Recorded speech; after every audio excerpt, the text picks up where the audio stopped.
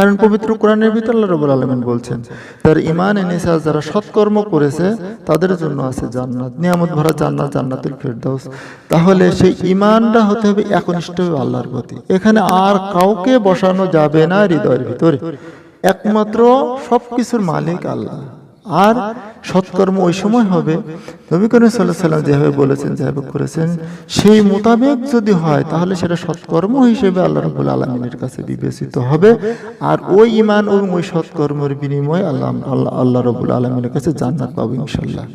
অতএব আমি সংক্ষিপ্ত ভূমিকায় বোঝানোর চেষ্টা করেছি বা চেষ্টা করলাম যে আমার আপনার কাজটা কতটুকু হবে, কিভাবে করতে হবে, বা কতটুকু করলে আল্লাহ এবং আল্লাহ রাব্বুল আলামিনের কাছে পৌঁছে যাবেন। যেহেতু এখন মাহে রমজান মাস, এই রমজান মাসে আমরা যে ভুলগুলো সবচেয়ে বেশি করি, আমরা সারাদিন না খেয়ে থাকি।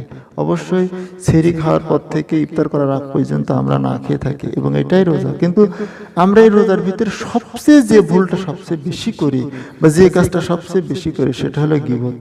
আমরা গীবত থেকে আমরা নিজেকে পরিত্রাণ করাতে পারছি না, অনেক চেষ্টা করেও আমরা পারতেছি না। মানে কথাবার্তায়, কাজে কর্মে সব সময় গীবত গীবত গীবত, অন্যের আলোচনা, অন্যের সমালোচনা। যেমন আল্লাহ রাব্বুল আলামিন পবিত্র কোরআনে জাহান্নামে যাওয়ার 4টি কারণ বর্ণনা করছেন সূরা মুদ্দাসসিরের ভিতরে, যতটুকু মনে পড়ছে আমাকে। মাত্র পবিত্র কোরআনে 4টি জাহান্নামে যাওয়ার কারণ আল্লাহ রাব্বুল আলামিন বলছেন। সেখানে একটি কারণ হলো আমরা অন্য লোকদের সাথে, সমালোচনাকারীদের সাথে সমালোচনা করতাম।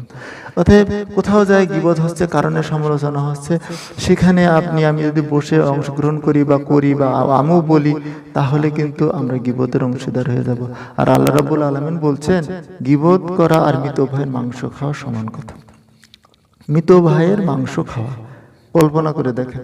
অতএব এই রমজানে আমি সবার কাছে অনুরোধ করব, আপনি যদি কিছু না জানেন তাহলে আপনি চুপ থাকেন। চুপ থাকলে গুনাহ কম হবে। চুপ থাকার অনেক ফজিলত, আপনারা জেনে নেবেন, বুঝে নেবেন। আলোচনা এত লং করা যাবে না।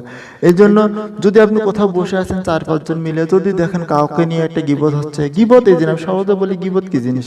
যদি কোনো মানুষের ভিতরে দোষ থাকে, ত্রুটি থাকে, বা কোনো মানুষের ভিতরে এমন কোনো ত্রুটি, এমন কোনো কথা বলা যেটা তার ভিতরে আছে, বা এই কথাটা শুনলে আমার আপনার ভাই কষ্ট পাবে, এটা হলো গীবত।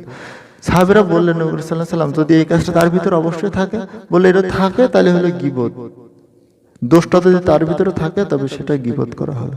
অতএব আমরা এটা থেকে অবশ্যই বিরত থাকবো। আপনি যত রোজা রেখে রেখে আমল করি না কেন, এই গীবতের কারণে তখন আমল দিয়ে দেওয়া লাগবে।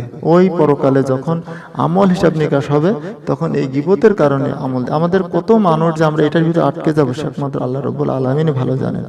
এর জন্য যদি আপনি কোথাও বসে আছেন, দোকানে বসে আছেন, মোড়ে বসে আছেন, যদি দেখেন যে এরকম গীবত হচ্ছে, বা আপনি বুঝতে পারছেন যে এখানে এতক্ষণ আলোচনা যা ছিল ভালো কথা ছিল, কিন্তু এখন গীবত হয়ে গেছে, তাহলে আপনি সেখান থেকে উঠে পড়েন। না হলে আপনি এক কাজ করতে পারেন যে একটা মানুষের ভিতরে 100% দোষ থাকতে পারে না, অবশ্যই সেই মানুষটার ভিতরে কিছু ভালো দিক থাকতে পারে।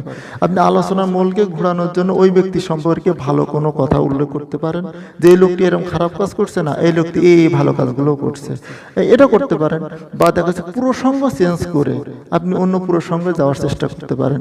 এরপরও যদি না হয়, তাহলে আমার আপনার উচিত হবে সেখান থেকে উঠে আসা।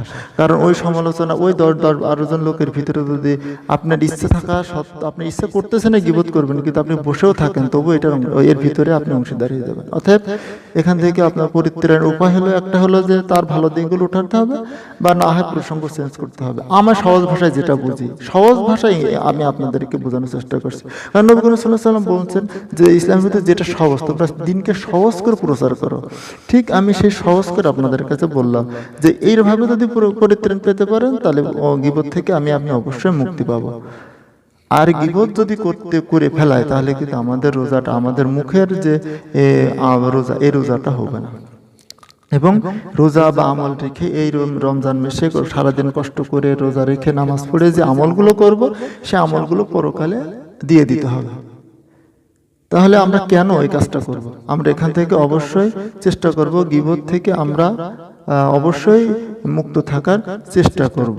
এই জন্য আমি আপনাদের কাছে এই রমজানে, শুধুমাত্র এই রমজানে আমিও নিয়ত করি, আপনারাও নিয়ত করেন যে আমরা অন্তত এই রমজানে আমরা এই গীবত ছেড়ে দেবো আমাদের জীবন থেকে। শুধু রমজান না, রমজানের পরও আমরা এটাকে ধরে রাখার চেষ্টা করবো। আল্লাহ রাব্বুল আলামিন আমাদের তৌফিক দান করুন।